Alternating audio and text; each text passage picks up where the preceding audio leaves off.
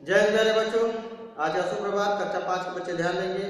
हम लोग अब हिंदी वॉल्यूम 2 आपकी अभ्यास पुस्तक जो है भाग 2 उसमें हम अब आगे बढ़ रहे हैं। मेरी बारी 3 अभी तक हम लोगों ने गृह कार्य में देखा। इसमें अब पाठ 7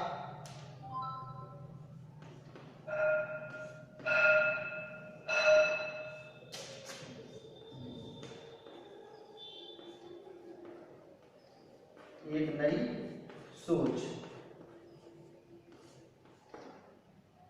यह आपका पाठ है, जिसमें हमने अभी तक दो अभ्यास जो दिए गए, मेरी बारी 1 और मेरी बारी 2, इसे हम समाप्त कर चुके हैं। अब हम आगे बढ़ेंगे मेरी बारी 3 पर।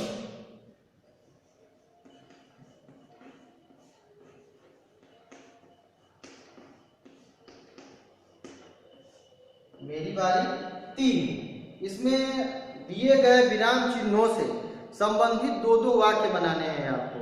इसमें क जो है आपका विराम चिन्ह दिया गया है योजक चिन्ह। क आपका क्या है?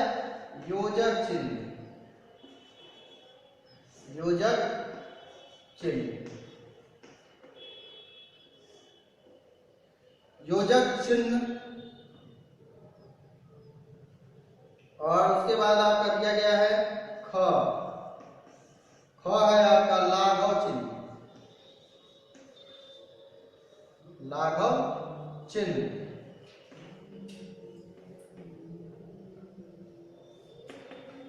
उसके बाद तीसरा आपका नेक्स्ट जो दिया गया है वो विराम चिन्ह है आपका उद्धरण चिन्ह।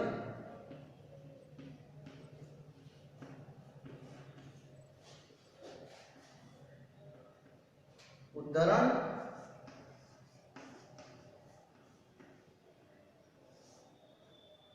चिन्ह। तो ये 3 प्रकार के चिन्ह आपके दिए गए हैं। इन तीनों प्रकार के चिन्हों में आपको वाक्य बनाने हैं। आप समझ सकते हैं कि इन पे आधारित कोई वाक्य आपको बनाने हैं, यानी योजक चिन्ह। ऐसे वाक्य आपको बनाने हैं जिनमें योजक चिन्ह का प्रयोग हो। 2 वाक्य बनाने हैं आपको। इसी प्रकार लाघव चिन्ह में भी 2 वाक्य बनाने हैं। ऐसे वाक्य बनाने हैं जिसमें लाघव चिन्ह का प्रयोग हो। और तीसरा आपका उद्धरण चिन्ह, यानी ऐसे वाक्य आपको बनाने हैं जिसमें उद्धरण चिन्ह का प्रयोग हो। तो उद्धरण चिन्ह में 2 प्रकार के चिन्ह है आपका सिंगल इन्वर्टेड कामा यानी एकहरा उद्धरण चिन्ह और डबल इन्वर्टेड कामा यानी दोहरा उद्धरण चिन्ह। तो इसके बारे में हम योजक चिन्ह यानी जोड़ने वाला कार्य जो करता है हाइफन, उस पर आधारित जो वाक्य है बनाएंगे। तो यहाँ सिर्फ शब्दों को मैं मेंशन कर रहा हूँ जिसपे आप वाक्य बनाएंगे। इसमें योजक चिन्ह में पहले आपका हो जाएगा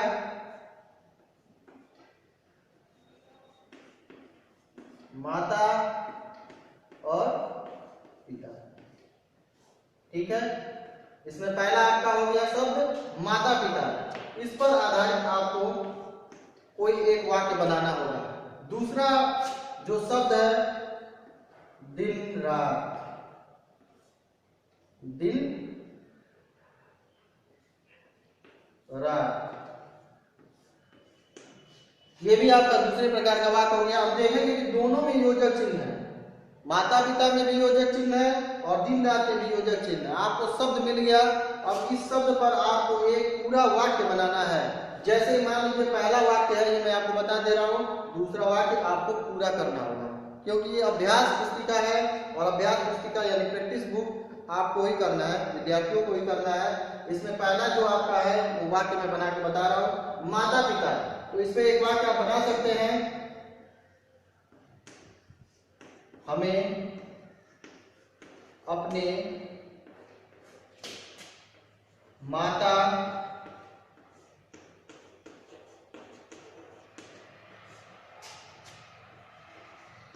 का आदर करना चाहिए। यह आपका पहले प्रकार का वाक्य हो गया।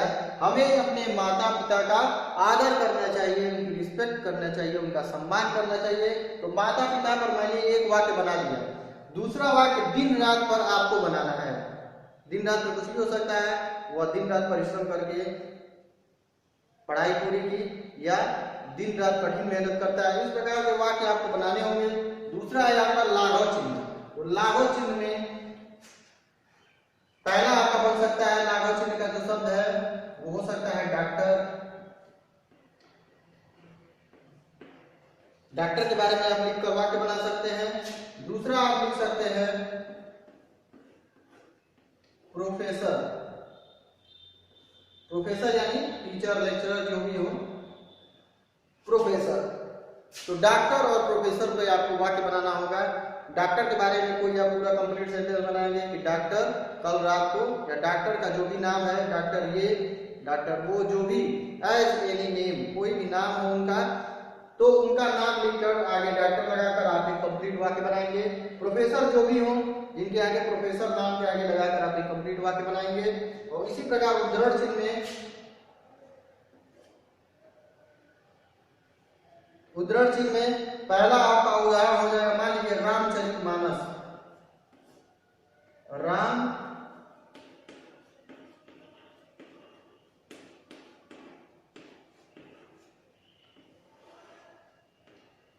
ये आपका सिंगल इन्वर्टेड कामा में हो जाएगा।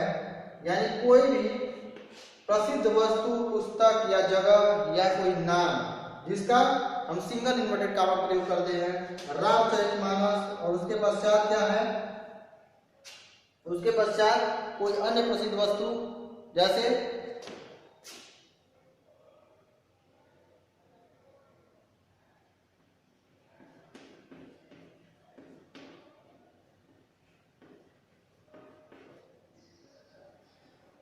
गीतांजलि। ये भी एक पुस्तक का नाम है, एक रचना का नाम है जो रविंद्रनाथ टैगोर द्वारा लिखी गई है। तो रामचरितमानस से सभी लोग परिचित है, लेकिन गीतांजलि पर जो वाक्य बनाना है वो वाक्य मैं बना दे रहा हूँ आपके समक्ष। तो इसको लिखेंगे आप इस प्रकार,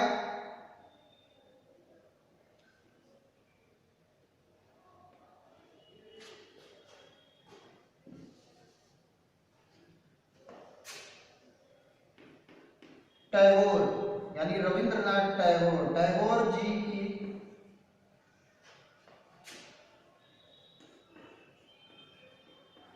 प्रसिद्ध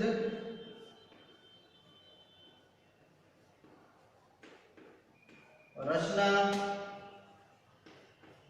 का नाम, यानी गुरुवर रविंद्रनाथ टैगोर की प्रसिद्ध रचना का नाम गीतांजलि है। गीतांजलि तो सिंगल इन्वर्टेड कामा में हम रख देंगे। यहाँ उद्धरण चिन्ह का प्रयोग हो गया, गीतांजलि है। ठीक है, तो टैगोर जी की प्रसिद्ध रचना का नाम गीतांजलि है। ये गीतांजलि प्रसिद्ध रचना है, इसे हम सिंगल इन्वर्टेड कामा में रखेंगे उद्धरण चिन्ह में, सिकारा उद्धरण चिन्ह में। और रामचरितमानस भी एक पुस्तक का नाम है जिसकी रचना किसने की थी, तो आपको उनका नाम लिखकर और ये वाक्य बना देना है। इन सारे प्रश्नों को आपको स्वयं करना होगा। तो मेरी बारी 3 यह आपका समाप्त हुआ। इसके पश्चात आगे दिया गया है अभ्यास करो निपुण बनो। अभ्यास करो और निपुण बनो, ये आपका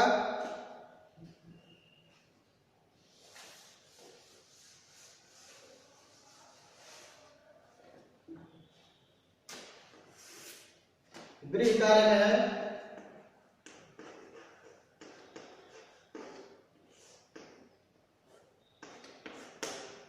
गृह कार्य में है आपका अभ्यास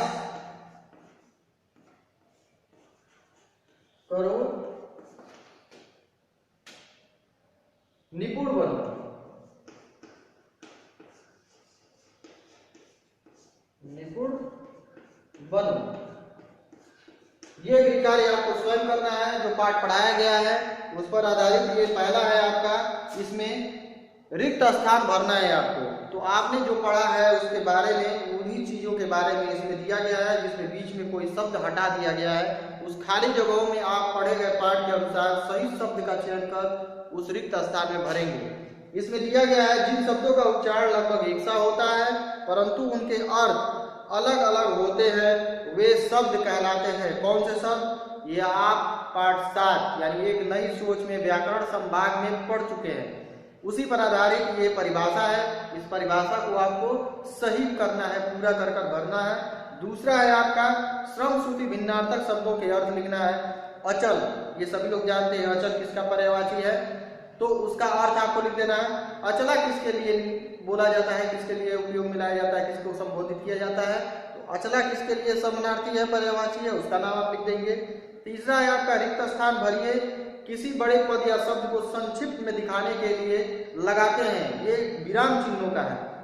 तो कौन सा ऐसा विराम चिन्ह है जिसमें किसी बड़े से शब्द को हम छोटा कर देते हैं, तो छोटा करते हैं उस विराम चिन्ह का आप नाम रिक्त स्थान में भरेंगे। चौथा आपका है दिए गए वाक्य में किस विराम चिन्ह का प्रयोग हुआ है, लिखिए। तो आपके समक्ष ये वाक्य दिया गया है, एक पूरा कंप्लीट सेंटेंस है, तुम पार्क कब जाओगे। इसमें आप देख रहे हैं कौन सा विराम चिन्ह है, जाओगे के पश्चात आप उस विराम चिन्ह का नाम यहाँ उसके सामने लिखेंगे, वो कौन सा विराम चिन्ह है। विराम चिन्हों की श्रृंखला में हमने पाठ में व्याकरण संभाग में पढ़ा था आपकी पाठ्य पुस्तक में, तो विराम चिन्हों के बारे में हम उस चिन्ह को पहचानेंगे और इस चिन्ह को पहचान कर उसका नाम जो सामने रिक्त स्थान दिया गया है वहां भरेंगे। पांचवा है आपका दिए गए वाक्य में उचित विराम चिन्ह लगाइए। विराम चिन्हों के बारे में आप सब लोग पढ़ चुके हैं, तो आपको ये पूरा वाक्य, पूरा सेंटेंस जो दिया गया है, आज मेरे माता पिता घर आएंगे, तो इसमें एक से अधिक विराम चिन्ह है, एक नहीं एक से अधिक विराम चिन्ह है। मैं आपको बताऊंगा नहीं, लेकिन ये आपको पढ़ना है और आपको स्वयं करना है। तो आज मेरे माता पिता घर आएंगे, तो इसमें कहाँ कहाँ विराम चिन्ह छूट गए हैं वहां आपको विराम चिन्ह लगाना है और लगाकर वाक्य को शुद्ध करके, सही करके, करेक्शन करके फिर से आपको वाक्य को विराम चिन्हों के साथ नए रूप में लिखना है और ये आपका इसका उत्तर होगा। तो यहाँ एक 5 प्रश्न आपका अभ्यास करो निपुण बने में है, जो पृष्ठ संख्या 4 और 5, पृष्ठ